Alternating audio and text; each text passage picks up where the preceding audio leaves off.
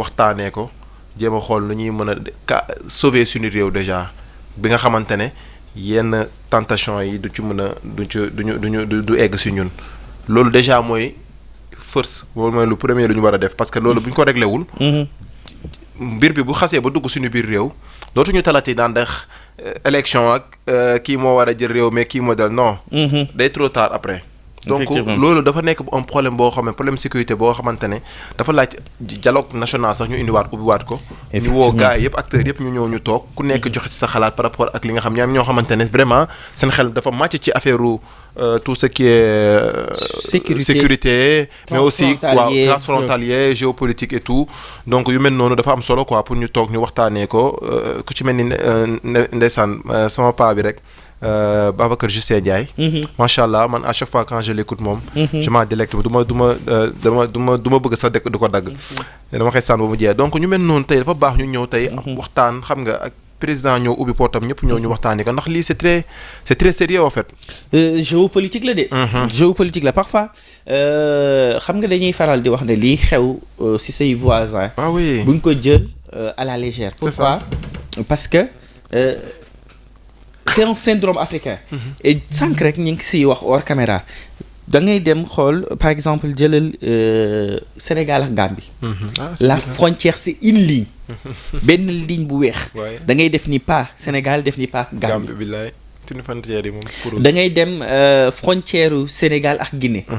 noonu la am na zone boo xam ne côté booy dem Ndindi Fiello bi noonu. da ngay gis benn fil boo xam ne dañ la naan panneau bi ni Sénégal fii ñu ne la Guinée. pour dire que c'est des frontières qui n'existent que de nom. de nom c'est ça. donc tey il faut que ñu xool naka la ñuy def ba am stratégie bu état di def fête nationale bu état di def journée des forces armées loolu la pour montrer que ne voilà on est benn état boo xam ne bu souverain. état lañ boo xam ne am nañ ay forces mën nañ def face ak yenn défis yi. mais quand même ce qui se passe si yenn dëkk yi bu ñu fàtte ne à tout moment. mën nañu dal ñaanuñu ko yàlla donc yii nii dañu war a servir d'instincteur teel ko fay. sinon duñu xam fan lay mujjee. ah oui absolument Ablaye je suis d'accord ah ndax la preuve xoolal keroog président Diomaye bi mu yëgee coup d'état bi fële. Guinée bi. après dafa arrêté carrément dafa mujj écourter kii voyage am bi. pour ñëw par rapport ak problème bi donc. c'est normal parce que tey dëkk yoo xamante ne dañu jege mën naa ne benn lañ presque. Guinée Bissau bon presque. Casamance la donc nga ñëw jël Gambie moom voilà moo ngi ci biir Sénégal moom. donc naka ay dëkk yoo xamante ne vraiment bu yëngatoo rek yow. voilà day bu tawee fee yow yaay tooy.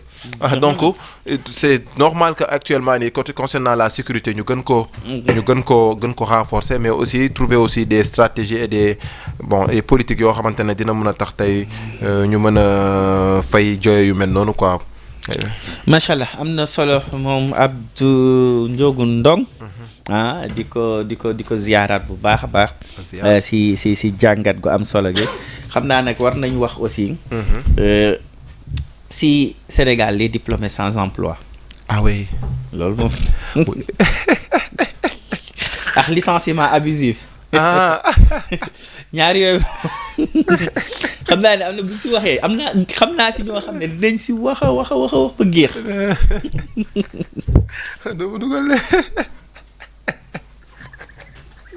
xam nga ñoom en fait c'est paradoxal li may wax mais am na ñoo xam ne li tax duñu am liggéey c'est-à-dire que ils ont trop de diplômes c'est ça ñoom mooy seen handicap. ils ont trop de diplômes moo tax léeg-léeg booy def CV bu si xër. waaw loolu nag de ci diplômé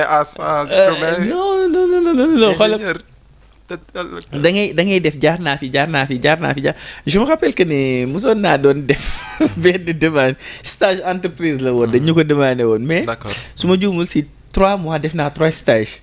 beneen entreprise bi mu demandé fa woon pour stage mais ñoom malheureusement soxla wu ñu woon stagiaire.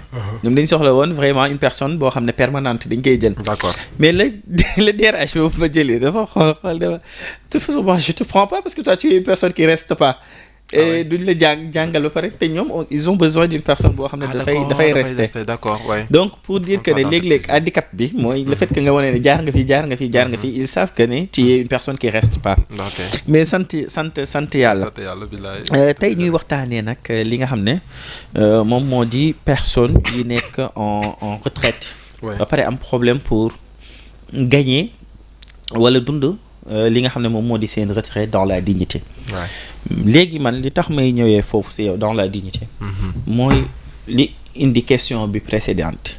mooy tey jii nii dans beaucoup d'entreprises. ñun ñii jeunes lañ dañuy nekk dans des entreprises.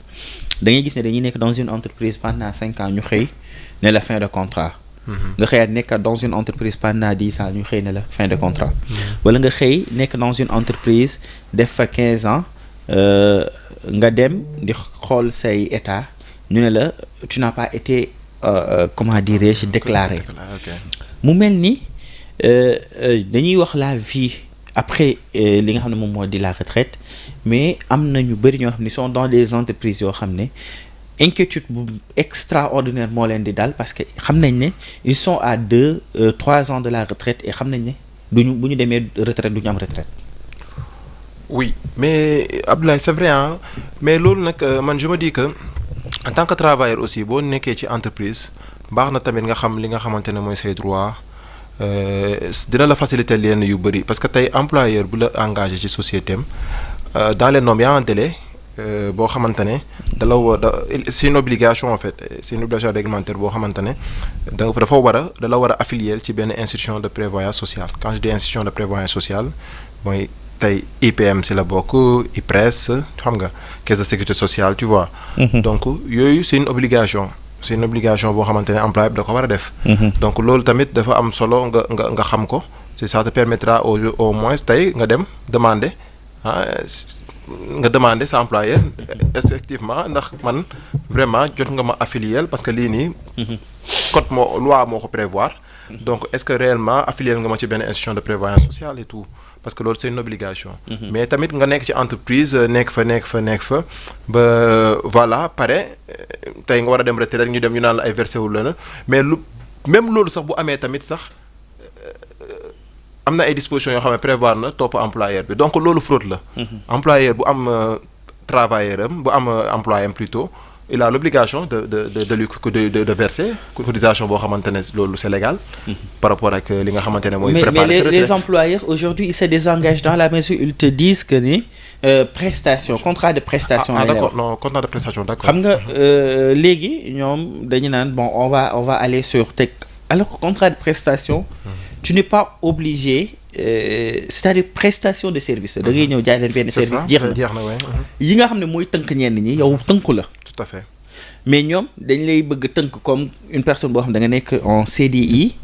Léegi après ils te disent que non contrat de prestation la wala ñu ne la doo CDI la woon mais entreprise bi dafa dee par la suite wala dafa nekk faillite léegi créer c'est-à-dire dañuy signer avec une entreprise X dem ba ci biir. Ils vont essayer de dire que l'entreprise X est dafa dee. ñu créer entreprise X prime. ne non dañuy continuer léegi nit ñi c'est entreprise X prime bi. Mais après ils vont te dire que yow sa contrat ak signé woon te X woon. Donc X prime mënoo ko toppee dara. oui je suis d'accord xam na loolu aussi c'est vrai c'est des astuces yi nga xamante ne ñoom parfois ñoom ñoo koy def mais effectivement genre si c'est un contrat de prestation de service. Comme li nga wax nii rek prestation la. da ngay ñëw def sa prestation. ñu fay la mu jeex. boobu moom on n'est pas dans le cadre bu fekkee tey benn CDD nga ak un contrat à durée indéterminée bokkuñu c'est pas la même configuration en fait donc tey boo signé contrat de prestation de service jàppal ne yow prestataire nga. Tu peux pas te réclamer aujourd'hui être temporaire là ou bien CDD là ou bien nga def tey yow la CDI là donc les règles qui sont applicables tey boo xamante ne pour un CDD pour un CDI mënoo ko appliquer pour nga xamante ne dafa def contrat de prestation de service aussi. Loolu aussi c'est donc yow mi nga xamante ne prestataire nga tu peux pas tey aujourd'hui te maanaam réclamer li nga xamante ne tey bu doon tey CDI nga wala bu doon tey CDD nga bu dee CDD la tey xam nañ ne que le CDD est renouvelable qu'une seule fois L42 bu code du travail. Donc boobu je peux comprendre aujourd'hui tey bu fekkee da nga am plus de ñu lay renouveler dina renouveler nga am plus de 2 voire 3 contrats là. Voilà am nga possibilité nga dem inspection du travail comme quoi que j'ai un contrat de CDD boo xamante dañ ko donné plus de 2 fois et ça c'est pas ce qui est prévu par le code du travail. Sauf que ce qui n'est pas prévu par le code du travail tey jii nii nag dans beaucoup d'entreprises situation yi mooy loolu xam nga je ne sais pas c'est les employés c'est les entrepreneurs dañu commencé miin tribunal du travail. boobu moom beneen affaire la mais bon disons par exemple tey jii nii on parle de personnes yi nga xam ne ñu nekk en retraite. Beaucoup de gens bu ñu demee ba nekk retraite dañuy am problème. Qu'est-ce qui explique wala lan mooy indi le fait que Sénégal retraite nekk je ne sais pas comme genre poids social. Mais après c'est comme après retraite da nga war a vivre la précarité. Oui c'est ça c'est vrai que moo tax ñu naan retraite dañ koy aussi préparer. Parce que tey retraite déjà rek poids la. du ñenn ñi ci bëri parce que boo tàmmee di def activité un bon jour rek nga war a toog bu fekkee yow psychologiquement ou bien yow à quelques années de ta retraite yow teeloo préparer sa retraite maanaam teel a xam boo retraité yow fii nga nar a defi. Donc loolu mooy tax des fois ci saa si bu fekkee retraité nga rek te prévoir woon lenn. Sédentarisme bi. ak xalaat bi day commencé ñëw. après moo waral ñu bëri après voilà commencé stress bi jàpp leen feebar yu sew yi commencé ñëw xam nga donc loolu aussi c'est un problème en fait. boo xamante ne ñi nga xamante ne ñoo ngi liggéey di waaj a dem retraite ñoo ngi koy am. donc retraite aussi c'est dañ ko war a di ko préparer.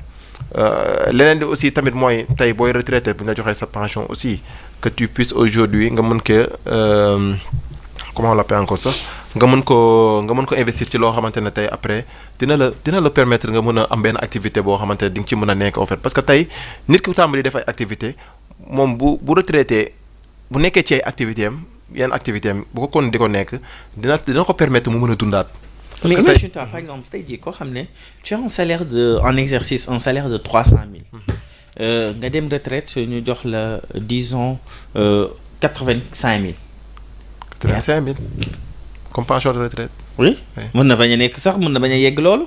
Avec un salaire de 300. Avec un salaire de 300 000 comme mën nañu la jox 85 000 mën nañu la jox ay 120 000. Ça dépend ci annuité bi aussi. Ça dépend si non seulement si durée bi ça dépend si versement yi nga doon def. Ça dépend si yi ñu si génnee yëpp. dafay jouer. donc léegi wala à supposer sax. que yow da nga amoon salaire 200 000 disons. mais nga am ay primes.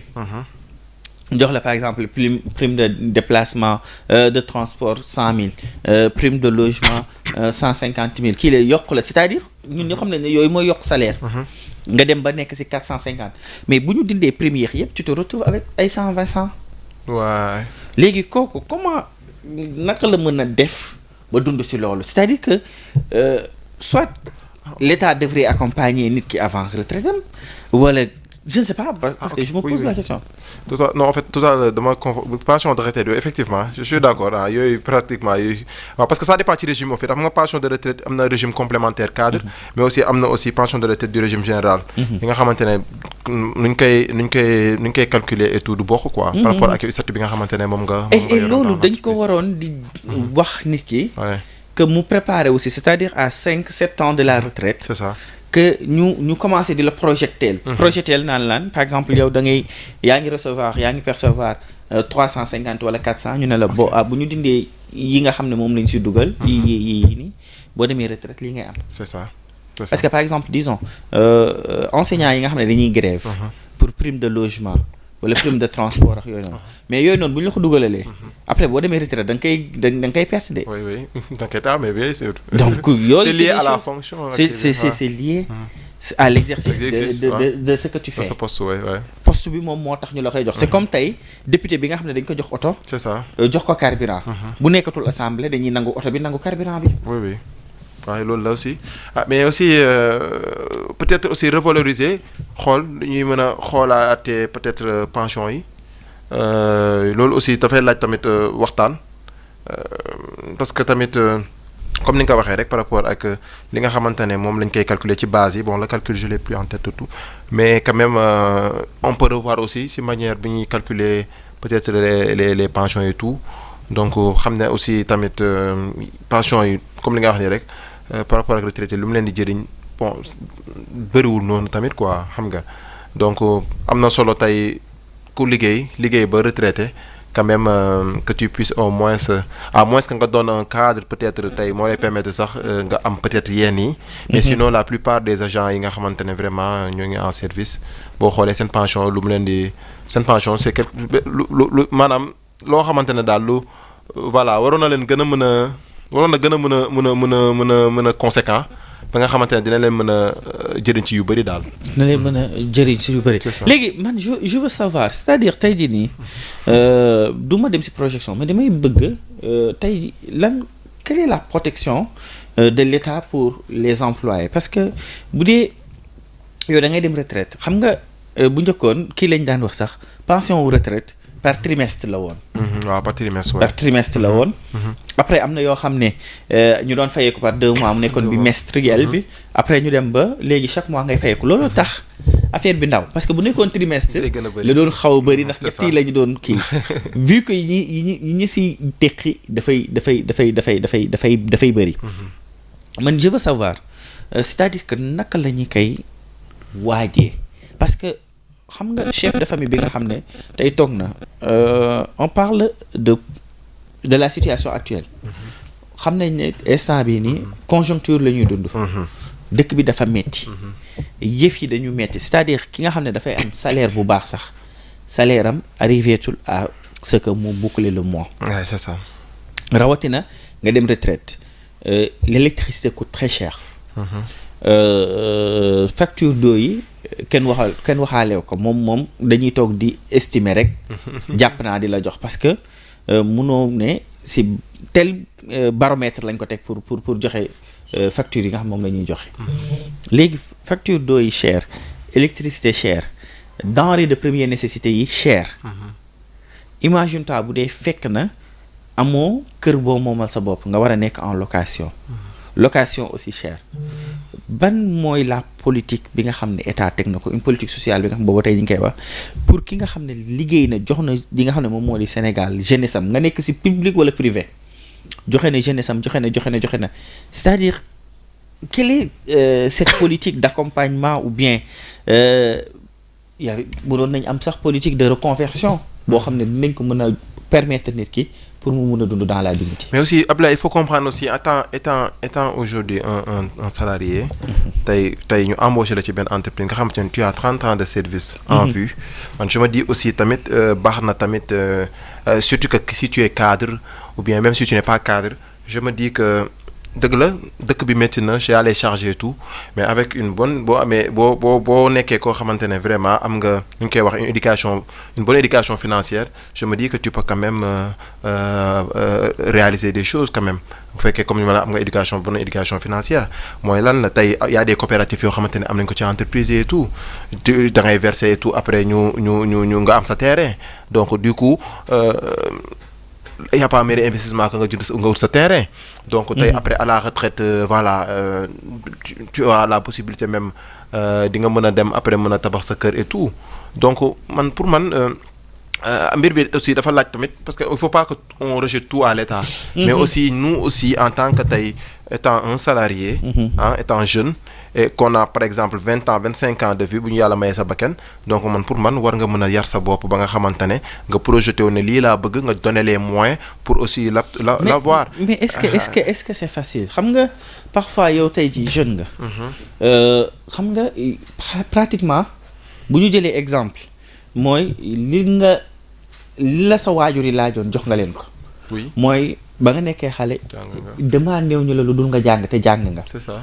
li nga xam ne moom nga am muy sa wërsëg ci ay diplôme jox nga leen ko jox nga leen bac jox nga leen licence jox nga leen ay maîtrise jeex na li nga xam ne moom mooy yow sa wàll mooy xëy nga di wut liggéey dem nga déposer dans des entreprises dem nga liggéey dans des entreprises mais tey jii nii est-ce que tu peux forcer une entreprise à ce que mu régulariser la est-ce que tey jii nii Sénégal protégé na ki nga xam ne mi ngi liggéey de sorte que licenciement abusif du am parce que pour que nga projeter ci retraite bi c'est-à-dire ça commence ci entreprise yi ça commence ci stage yi ça commence ci nga jël nit ki ne kii kat dama koy déclarer. Je suis d'accord.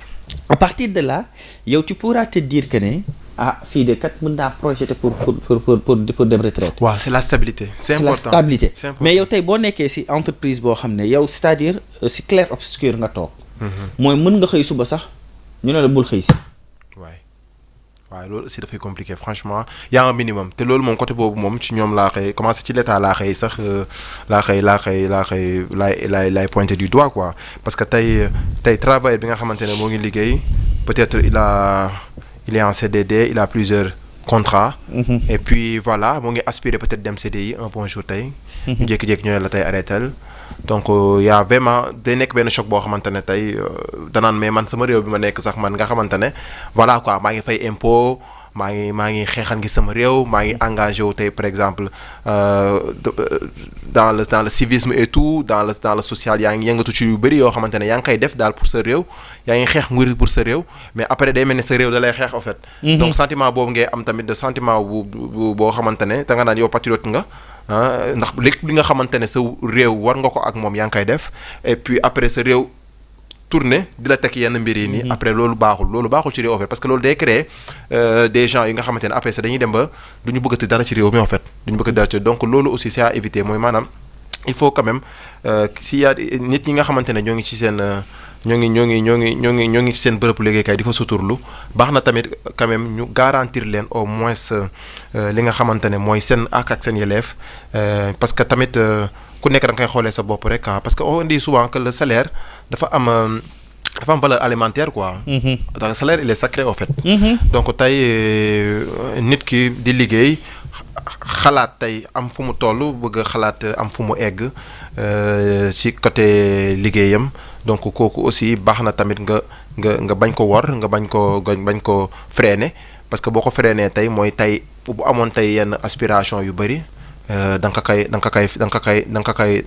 xañ te et puis voilà te loo xañ bi nga koy xañ yow mënoo ko fay en fait. et aussi donc c'est la dignité. c'est la dignité oui. c'est la dignité gis nga xam nga li tax nit ñi ñu bëri bu ñu retraité ñuy frustré wu.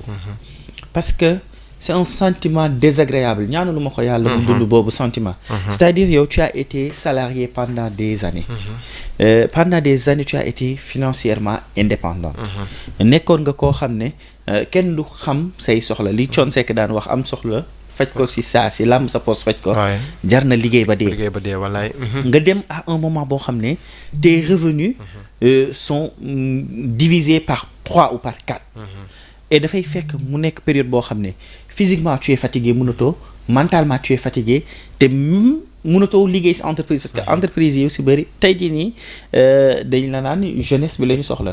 koo xam ne dafay mën a dem ak ñoom kii yow dekk nga retraite peut-être quelques rares personnes. yi nga xam ne stratégiquement lañ leen di soxla parce que mën nañ nekk ay conseillers ñooñu la ñuy jëlaat. c'est ça billaay c'est compliqué franchement. nekk na loo xamante ne situation bu doy waar la ndaxte liggéey kenn ñaanul yàlla dekk ci benn structure di fa liggéey ba retraité après nga toog nekk ci situation boo xamante ne vraiment ku la gis da lay yërëm loolu moom nekk na loo xamante ne c'est vraiment déplorable et puis voilà moo tax tey bon on va même vers la modification la révision du code du travail. Parce que aussi ça date de 97. Donc j'espère que dina am mbir yu bëri et dispositions yu bëri yoo xamante ne peut-être nañ ko xoolaat et puis ñu gën a di protéger le travailleur quoi parce que ici au Sénégal j'ai comme l'impression que le travailleur aussi est un peu lésé en fait. Tu vois, et quand il est lésé et puis voilà c'est compliqué parfois doo bëgg a egg fenn yi parce que tey comme on dit un bon arrangement un mauvais arrangement vaut mieux qu'un bon procès. Effectivement. Les gens parfois ils veulent pas même aller au tribunal mais ils veulent juste qu'on leur rende leur dignité en fait. Ils veulent juste qu'on n'est-ce pas que ñu rétablir li nga xamante ne mooy li nga xamante ne moom mooy seen àq en fait parce que donc loolu pour mu am aussi dafay baax tamit gars yi di toog di waxtaan. di xam ne tamit que ki nga xamante ne peut-être tey yaa ngi koy teg yenn yi. boo ko xoolee peut-être ci ki nga xamante ne moo la jege wala sa doom wala dara rek. da nga koy xoolee foofu rek di nga xamante ne parce que c'est difficile parce que tu vois des gens yoo xamante ne ils ont perdu leur boulot et puis tu vois que ay pères de famille lañu woon am nañ ay chat tu vois am jabar war a am doom war ko war a inscrire tu n'as pas la possibilité de l'inscrire beaucoup de gens instant bi je les vois yenn ñi ils ont des difficultés énormes aujourd'hui parce que actuellement nii dañ leen a kii woon arrêté leen et tout donc loolu aussi c'est quelque chose boo xamante ne war nañ leen bàyyi xel de trop parce que tey ki nga xamante ne da nga ko xañ li nga xamante ne moo nekkoon suturaam kooku vraiment da nga ko kii quoi da nga ko tuutil en fait. te dox non da nga tas yaakaaram donc moo tax ma bëggoon si début bi pourtant loolu taxoon ma bëggoon ñëw foofu. parce que maa ngi ñëw si yow jeune nga. quand on parle de retraite peut-être am na ñoo xam ne. suñu deuxième invité bi bu ñëwoon. doon nañ gën a développer foofu mais yow jeune nga. actuellement yaa ngi nekk si état d'exercer. tey jii nii gis nañ ne beaucoup de jeunes. problème yooyu la ñuy am. c'est-à-dire que da ngay nekk dans une entreprise nga jékki-jékki ñu def interruption de contrat. wala ñu ne la fin de contrat bon comprendre naa. yenn système yi mais dafa am stratégie yoo xam ne quand même c'est très gauche. et très mal propre. yoo xam ne dans nos sociétés dañ koy utiliser. et li si gën a grave mooy si société africaine yi rek nga koy gisee si société sénégalaise yi rek la gën a nekkee. tey tu vas voir les entreprises étrangères. quel que soit alpha dinañ jéem a respecter. entre guillemets li nga xam ne moom la code yi di wax. tout ça peut-être ñoom bu dee dañuy baiser entre guillemets excusez-moi du terme la personne. si kii bi lay doon c'est-à-dire si en fonction revenu yi ñi la war a fayeex yooyu noonu. foofu la ñuy defee njuuj njaaj.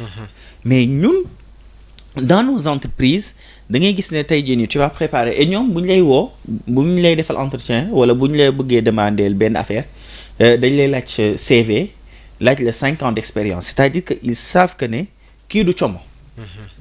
et après ki nga xam ne dafay nekk ci entreprise bi di exceller ñoom bëgguñu la jox expérience. parce que boo nekkee dans une entreprise d'excel dañu naan non contrat d'essai lañ lay defal nga def 1 an mu jeex ñu ne la demal sa kër nga ñaan ñu ne dañ la defaat benn contrat d'essai nga defaat 1 an c'est-à-dire noonu lañ koy jàppee stage yu dul jeex. tu peux même pas dire que ne tey jii tu vas avoir une personne boo xam ne dafa exercer dans une entreprise pendant 5 ans. la personne elle a besoin d'un document administratif juste un document administratif. ñu ne ko non il faut que. entreprise bi mënul engagé wu ne liggéey nga fi pendant 5 ans parce que ñoom dans leur tête ils se disent que ne peut-être daf ñuy yóbbu tribunal du travail. et peut-être 5 ans d'expérience boobu boo ko yore woon. boo demee dans une banque am na banque yoo xam boo demee mën nañ la jox prêt. boo xam ne day nekk prêt retraite jox la benn location vente boo xam ne tu vas payer ça pendant 10 ans ou 15 ans. pour dire que est-ce que c'est pas stratégie wu entreprise yi la ñu war a xoolaat est-ce que le statut wu employeurs yi ak employés yi la ñu war a xoolaat avant ñuy waxu retraite. oui c'est ça en fait mais loolu yëpp c'est prévu par le code franchement. si si c'est prévu par le code les gens ne le font pas oui c'est ça en fait mais tu as la possibilité aussi si tu sens que tes droits dañ la léser en fait nga dem inspection du travail parce que ñoom tamit loolu lañ fa loolu mooy seen njëriñ donc loolu aussi mooy lu am solo la en fait parce que tey man je peux pas comprendre tey des CDD yoo xamante ne ngay def ay 4 5 6 CDD boo xool entreprise yu bëri noonu la ñuy def. donc après voilà da ngay def 4 5 6 ñenn ñi après à un moment donné ñu arrêté leen indi ñeneen tu vois doo comprendre donc loolu aussi c'est des choses yoo xamante ne vraiment il faut que gars yi dimbali ci tamit surtout aussi au niveau de l'inspection du travail aussi gars yi jéem a di ut nu ñuy parce que foofu aussi c'est un moyen pour concilier en fait l'employeur et l'employé bu ñu nekkee ci ay difficultés ñu mën a tey toog teg li nga xamante ne moom la code bi wax ñu ngal la ñu mën ko respecter parce que tey beaucoup de gens yoo xamante ne ñu ngi dund loolu ci biir entreprise yi ay stage le stage ne peut pas dépasser 2 ans. mais da ngay gis ñoo xam ne stage ay 4 ans 5 ans tu vois dans une entreprise après nga nekk fa nga pare say stage nga yàlla suturaal nga am benn CDD nga ne xaaral peut-être su ma amee benn CDD 2 CDD voilà dinaa jàll nga def 2 CDD 3 CDD 4 CDD 5 CDD te ñëpp xam nañ ne que CDD que c'est renouvelable qu'une seule fois donc tout cela au fait il faudrait que ñu toog ñu wax ñu teg ko ci table bi déjà ñu ngi war a réformer le code du travail mais il faut tamit lu mel noonu ñu prendre ko ñu bàyyi ko xel bu baax parce que jeunes yu bëri ñoo ngi ci seen entreprise yi te ñoo ngi dund loolu te xam nga tey réew mi liggéey dafa nekk doom taaw bu góor lañ koy xam doomu góor donc tey ndeysaan fi ngay nekk di fa am as tuut loo fa suturlaay doo bëgg sax naan damay demee inspection ak demee noonu parce que les gens ils ont peur aussi des fois di dem ci yenn mbir yi parce que à chaque fois ñu leen di promettre peut-être dinañ la jël dinañ la embaucher ci xaaral rek patientel. mais est-ce que c'est pas cette peur-là moom moo jox fit les employeurs. waaw mais c'est ça parce que amuñu benn dara lu leen di. parce que il faut que man gëm naa ne dans les entreprises il faut des martyrs ñoo xam ne ñoom ñooy xeexal pour la cause des autres. mais c'est les syndicats normalement les délégués du personnel c'est ça leur rôle en fait. mais si les syndicats aujourd'hui sont corrompus. parce que yow tey jii bu ñu monté benn on est dans une entreprise ñu monté benn syndicat. Le directeur mu ñëw jël kii ñaar ñett ñu waroon gérer syndicat defal leen promo. mais c'est sûr que da ngay bàyyi ñi ci des. waaw c'est ça en fait des fois parfois problème boobu la syndicat yi ñenn ñi ci bëri di confronté wu ou bien aussi parfois am nga les syndicats aussi tey amuñu benn protection bi nga xamante ne tey mooy tax tey employeur bi bu fekkee da nga def yenn boo defut lu di mën nañ la licencier et tout donc tey par rapport ak ki nga xamante ne bu dee délégué de personnel bi la tey employeur bi mënu ko dàqee noonu en fait. Il faut aussi l'avis aussi de l'inspection du travail et tout donc parfois yooyu situation bu vulnérable boobu ñuy xaw a nekk tamit da leen di tax peut-être du ñu bëgg des fois di comment dire dénoncer avec véhémence li nga xamante ne moom la peut-être yenn employeurs yi di dundal yenn employés yi yooyu aussi da ciy jouer tamit donc tey délégué du personnel yi peut-être rôle bu ñu war a gën a mën a jouer tey. mooy actuellement nii dañoo war a taxawaay boo xamante ne mooy ñoo fi nekkal personnel bi te personnel bi ñoom mënuñu yuuxu ci kaw ba ñu dégg leen donc ñoom ñoo mën a taxaw waxtaan ak employeur bi tey xamal ko ne ko lii ak lii la et puis bu fekkee ne tey employeur bi tey dafa bañ et tout ñoom ils ont le droit d'effectuer des grèves def ay grèves ak yu demee noonu donc loolu yëpp moo si seen kii plan dérouler seen plan d'action donc aussi loolu la rek quoi loolu tamit dañ la ko may yow travail am nga possibilité pour def ko donc day am foo xamante ne négociation bu fa demee bu ñu fa tollee bu fekkee négociation amul ngay def grève bu fekkee dem nañ ba ci biir mënuñu déggoo après voilà ñi nga xamante ne ils se sentent lésés aussi ils vont aller au niveau de l'inspection et puis si bu fekkee conciliation mënu am au niveau de l'inspection du travail après tribunal la ñuy mujjee dem contentieux social yi ngay sàmm di gis mais souvent les contentieux sociaux d'habitude le juge social il a tendance à protéger le travailleur d'habitude maanaam bon il le protège pas en prenant la loi parce que la loi elle est impersonnelle mais quand même souvent c'est parce que la plupart du contentieux yi nga xamante ne mooy am souvent travailleur bi lañuy lésé donc du coup après day am ay daan yu nga xamante ne moom le juge bi di def ci employeur bi ay paiement dommages et intérêts et souvent si tu as plus de 2 contrats tey ñu téye la fa ba tey mën nañ la defal li nga xamante ne mooy requalification et puis daan la aussi yow mi nga xamante ne yow yaa tooñ comment dirais-je même le travailleur bi nga xamante ne dafa nekkoon di liggéey nga téye ko fa lu yàgg donc yu mel noonu moom franchement côté contentieux social yi ci bëri boo xoolee les travailleurs dañuy gën a ñooy gën a am tendance di am gain de cause quoi ci procès yu mel noonu donc pour wane ne rek l'importance aussi du salaire ak ki nga xamante ne moo ngi liggéey ci bërëb boo xoolee moom la ñuy gën a mën a protéger tey quoi parce que tamit moom mooy nekk situation bu gën a vulnérable bi en fait donc loolu aussi baax na nit ñi tamit di ko xam et puis voilà lépp li nga xamante ne vraiment par rapport ak contrat bi ñu la signal nga xam ko lépp a ngi ci code du travail bi donc du coup boo xamee code du travail bi lu ñu ci wax rek vraiment dafa war a nekk manuel boo xamante ne nit ku nekk da ko war a am à portée de main effectivement waaye parce que ça te permettra au moins nga xam yow tey ba contrat bi nga signé lan lañ ci wax lan mooy sa droit nga mën ko exercer pleinement. En fait, il y a des documents yoo xam ne c'est à avoir. Oui. Par exemple code de la famille. Oui. Booy dugg ci mariage. C'est un livre à acheter, à lire, et à vérifier et à garder. Parce que daf lay permettre ngeen xam. li nga xam ne moom moo leen lié. ci mariage. Code du travail. da nga ko war a am tey jii boo commencé war a dugg le monde professionnel. Tout à fait. Pour xam tes engagements, tes obligations, tes protections, sa mise en demeure yi lépp nga mën ko xam. C'est important. Gis nga maa ngi tout à l'heure di lire di fouiller ñu def l'âge de la retraite au Sénégal est de 60 ans pour la plupart des travailleurs qu'ils soient fonctionnaires ou salariés dans le secteur privé mais pour certains services où le travail travail est pénible, à partir de 55 ans, ils 65 peuvent ans. 55 ans. Pour anticiper. Où le travail ils peuvent anticiper oui. pour dem li nga xam ne moom moo di retraite, mais aussi il y a d'autres services yoo xam ne ñoom mën nañ pousse ba 65 ans. C'est ça boobu loi boobu c'était en 2020. am na ñaari fourchette yoo xam ne moom moo am. Après il y a autre chose boo xam ne ça se parle mooy par exemple les professeurs d'université, les professeurs en médecine ak yooyu nga xam ne ñoom tant que ñu ngi garder seeni ay facultés, ils peuvent exercer jusqu'à 65 parce ans. que c'est des services yoo xam ne personnel yi duñu fay faral di bëri trop. Tout à fait. Mais li ma jaaxal si loolu mooy tey jii nii taux de espérance de vie bi c'est développé fii au Sénégal. Léegi nit mën na retraité dundaat 20 ans. Est-ce que waruñu pousser waat soit âge de la retraite wala ñu changer je ne sais pas dans les entreprises essayer de manier de sorte que am na service yoo xam ne après 30 ans de service ñu defal la reconversion professionnelle dans l'entreprise, c'est-à-dire quand il te reste 10 ans au lieu d'aller à la retraite à 60 ans mais mën nga dem à 65 ans wala 70 ans mais 10 dernières années yi da nga koy def ci leneen. Par exemple je prends les enseignants clés en main. ñoom boo xoolee ñiy exercer ñu bari bu ñu demee ba ay 50 ans dañuy dem dans des lycées ak yooyu pour nekk ay surveillants ak yooyu. Ok oui loolu aussi c'est bien possible vraiment parce que tamit comme li nga wax rek am na yenn âge yooyu da nga gis ñoo xam ko xam ne bu la ne 60 ans la am ni sax doo ko gëm. tellement que physiquement pas boo xoolee da nga daan kii. mais c'est encore jeune léegi 60 ans voilà dès que mag noonu donc am na ñoo xamante ne vraiment mais aussi tamit il faut comprendre tamit que j'aime pas trop aussi ñi nga xamante ne tey certains ñi nga xamante ne tey par exemple aujourd'hui yàgg nañ ci benn poste.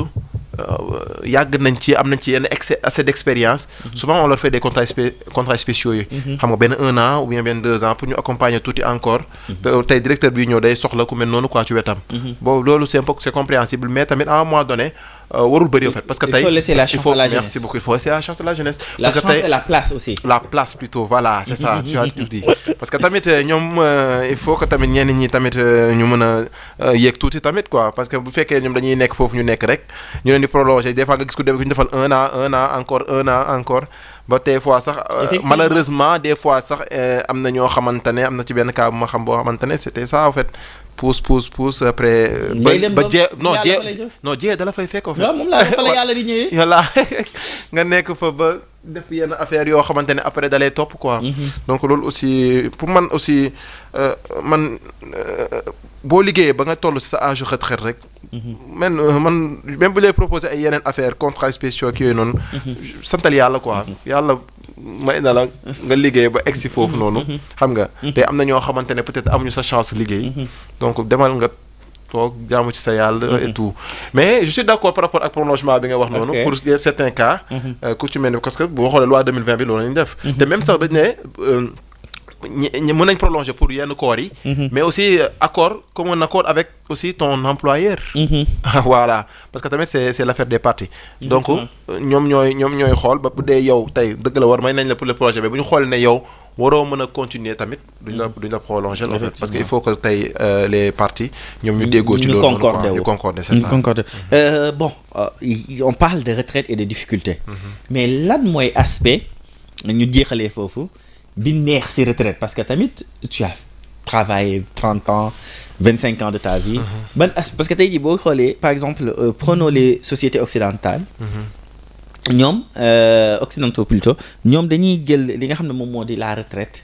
mu nekk période bi nga xam ne dañuy profiter aussi seen dund si la ñuy def seen ay voyages si la ñuy def si li ñu bëggoon def seen àdduna yëpp te mënuñu koon def à partir seen retraite la ñuy commencer di def planning yooyu noonu fii nii on n'a pas cette politique moo tax yelle saay fan yi depuis si début semaine bi maa ngi tooñ paa yu bëri bu ñu retraité si jàkk ji la ñuy dem sonal nit ñi def tapage nekk fa di xuloo bëgg fa indi def ko armée après c'est lan moo war a nekk avantage u retraite waaw retraite moom da nga war a une retraite moom pour nga noppale ko pour nga dalu pour nga mën a vraiment revivre en fait renaissance la war a doon donc je me dis que moo tax da nga ko war a préparer mooy lu ma joxoon ci njëlbeen bi rek retraite boo ko préparé wul rek mooy waral des fois nga pare comme li nga wax nii rek dem concentré parce que j'ai pas compris que pour pas yu bëri ñoom dañu jàpp ne bu ñu retraité rek ñoom jeex na instant yàlla fee lañ gën a jege baax ya te fekk du loolu donc ñoom jàkka ja julli mooy loolu obligation la bon loolu moom en tant que julli ka def soxla ngay xaar retraite sarul ngay xaar retraite en fait merci beaucoup sarul ngay xaar retraite mais voilà il faut nga bouger il faut nga def dara le matin demal si mosquée yi demal ci bi y'a que des jeunes yu ndaw ñoom ñooy nekk ci mosquée ñoo fay fees donc loolu la demee donc war nañ mën a di am beneen activité c'est pas que da nga dem retraite tey rek da ngay toog julli tem toog ak non war nga mën a am benn activité boo xamante ne tey pas des activités pénibles mais activité boo xamante ne parce que tu jouis toujours de tes facultés mentales donc du coup tu peux quand même exercer faire un travail boo xamante ne bëgg nga ko waaye dañuy naxari deret de waaw dañuy naxari bu ñu retraité rek te dañuy bëri problème xam naa ne man boobu xam ne damay ragal ku ma si dajee rek mu wax ma ndax fan yii nii moom li wax leen di yàq non yàlla bu ñu nekk si jàkk yi nag ba xaw a jege tuuti ba laal micro bi waaw di ko bàyyi de ak ñooy bëgg micro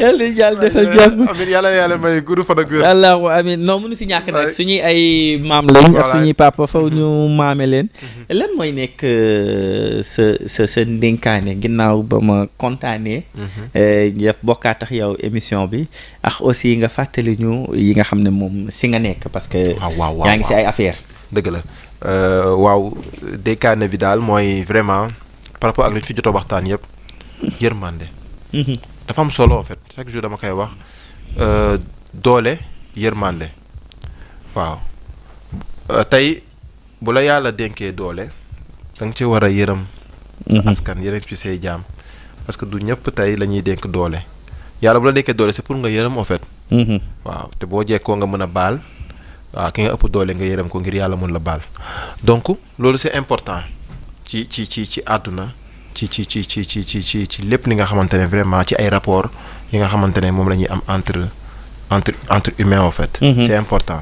donc ku nekk li nga xamante ne moom ñu delloo ko et puis ñu tàppe xol yi doon benn liggéey ngir intérêt wu réew mi liggéey ngir Sénégal bi nga xamante ne ñoo ko bokk Sénégal bi nga xamante ne ñi fi jaaroon ñëpp boo xoolee depuis Senghor ba léegi yëpp tey ay grandes personnalités yoo xamante ne def nañ fi seen waar béy ko ba dem tey boo xoolee seen way du jeex donc tey ñu fi nekk it dañ xool ci ñooñu ñu def jaar bu rafet ba nga xamante ne ëllëg bu ñu leen di tudd di leen di seede mu nekk ay seede yoo xamante ne dafa rafet waaw loolu aussi c'est très important ni ku nekk day war na sóor loolu noonu donc à part loolu aussi tamit maa ngi ci activité sociale yi taalibe yi donc laa ñu ngi waajal benn activité le 21 décembre incha allah Dakar Sacré-Cœur 24 heures ak ndongo yi donc ñu ci woo ñëpp suñu ko ci bëgg a jàpp it nga ñëw ñu jàpp ci donc journée boobu dañuy tournoi de football lay doon entre les talibés en même temps aussi dañuy le 21 décembre incha allah ce sera un dimanche donc du coup dañuy utaale aussi ay dons de médicaments dina amaale xale yi dinañ en même temps aussi renforcer aussi le plaidoyer par rapport ak ndongo daara yi seen situation et tout donc voilà moo ngi amee fële ca Dakar Sacré-Cœur en même temps aussi dañuy defaale collecte de pull parce que dafa sedd fan yi mooy képp kii ñëw aussi tamit jour boobu noonu mën na indaale ay pull donc xale yi vraiment il a de grâce bu ñuy wax journée de collecte boo ngeen amee mbalit sànni leen ko seen kër boo ngeen amee loo ngeen di joxe don boo xam ne ci xol lay jógee mu nekk lu utile parce que yéele saay parfois ñu mel nii nekk dans le social dañuy organiser yu mel noonu dañuy organiser des dons des journées de dons di laaj nit ñi ñu ñëw mais parfois da ngay gis ñoo xam ne seen malitu kër la ñuy génnee indil la ko et il te crée non seulement dañ lay indil problème mais dañ lay indil sax souci wu naka ngay jëlee affaire yi pour ça parce que en âme et conscience tu sais que tu vas pas donner ça aux enfants loolu moom c'est vrai nag franchement booy may da ngay may lu baax loolu da ngay may li ngay sol da ngay may li ngay sol c'est ça c'est important tamit vraiment macha allah vraiment nekkoon ay activité boo xamante ne ñun surtout un talibé un pull année précédente yi nit ñi ñëw nañ en force ñëw jàpp ci bu baax indi ay pull donc ñu leen di ñaanal rek pour ren gis ngeen sedd bi ku nekk yaa ngi toog sa kër yor sa pull et tout ñu xalaat suñu jeunes frères yi vraiment parce que di teewoo nañ ko dañ koy soxla bu baax sax donc ñoo leen ciy woo le 21 décembre Dakar Sacré-Cœur lay amee ngeen ñëw def comment dire ngeen ñëw ñu passer journée bi parce que c'est toute la journée dañuy añandoo xale yi et tout donc est-ce qu'il y a un numéro pour ki nga xam ne bëgg na si jàpp mënul ñëw comme ça mu jaar ci numéro boobu defal leen transfert. bu ko defee au moins ngeen mën a soit jënd pull jënd mais aider. à ce que loolu noonu. yaa nga jël numéro bi 77 757 60 56. 77 757. 757. oui 60. 60. 56. 56 77 757. 60 56. voilà. donc képp nga xamante ne vraiment bëgg na jàppale journée boobu pour ndongo daara yi donc mën nga ko kii ci numéro boobu noonu. voilà c'est un numéro boo xam ne mën nañ ciy jàpp mu nekk 77 757 60 57. 56 56 plutôt 60 56 mu nekk numéro boo xam ne journée don wu taalibe yi à partir du 21 lay doon fële ca Dakar Sacré-Cœur mu nekk journée boo xam ne toute la journée dañuy rester ak taalibe yi képp koo xam ne aussi am nga don de matériel mu nekk dañuy wax pull rek mais du pull rek la xale yi soxla mu nekk diw déodorant ay dàll lépp loo xam ne day protéger nit parce que aussi période bi di gis nañ ne suñu yaram yi dafay wow soxla nañ di ko hydrater ak yu ni mel ñu jàpp si bu baax a baax en tout cas maa ngi lay remercier bu baax. Abdoulaye man maa lay remercier man mi vraiment kontaan trop di ñëw ci sa plateau. et puis kontaan naa trop di nuyu tamit sama famille sama waa kër ñëpp bàyyiwuma kenn waaw di ñaanal sama maam tamit maam Ndiaye Marietou Ciss Adja Marietou Ciss moom démb moo nekkoon anniversaire am. anniversaire décembre di ñaan yàlla fi mu nekk yàlla mu gënal ko fi mu jógee. macha allah kooku sama maam la sama maam Marietou Ciss la tudd. ah oui kii jur sama maam. ah oui Marietou Ciss la tudd. est-ce que du ñooy mbokk sax. waa Tëngéej la de. Tëngéej la Ciss waa Ciss tamit bëri na côté boobu tamit. Tëngéej la Ciss waa jas benn côté bi la rek. macha allah di ko remercier bu baax juste balaa maa tëj ngeen may souhaiter joyeux anniversaire ak ki nga xam ne moom moo di tey nag xoolal.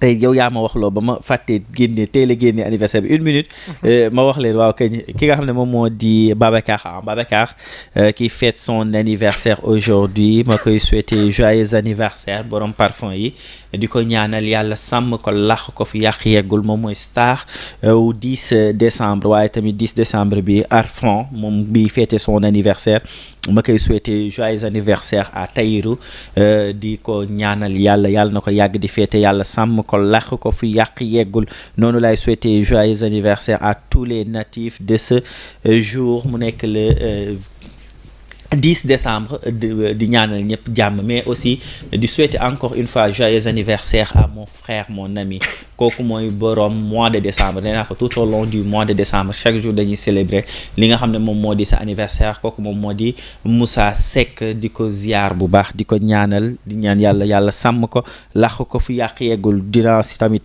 remercier ki nga xam ne moom moo di Babacar Mbeng depuis fa li nga xam ne moom moo di France di ko ziar bu baax rawatina nag ki nga xam ne moo di suñu soxna si Sala Saw Ndiaye di ko ziar di seet ñëpp ñi nga xam ne ils sont du côté de la diaspora Mansour Sow maa ngi lay ziar bu baax a baax di ziar ki nga xam ne moom moo di Buubu Sow waaye ñëpp ñi nga xam ne ñoom ñoo ñuy topp biir réew ak bitim réew waxoon naa ko kooku sama mag la sama xarit la moom moo di Bamba di ko ziar bu baax Bamba say borom Sofaji di ko seet mais kenn du ki nga xam ne moom moo di Mamadou Kanouté mon ami mon fils depuis Bondi.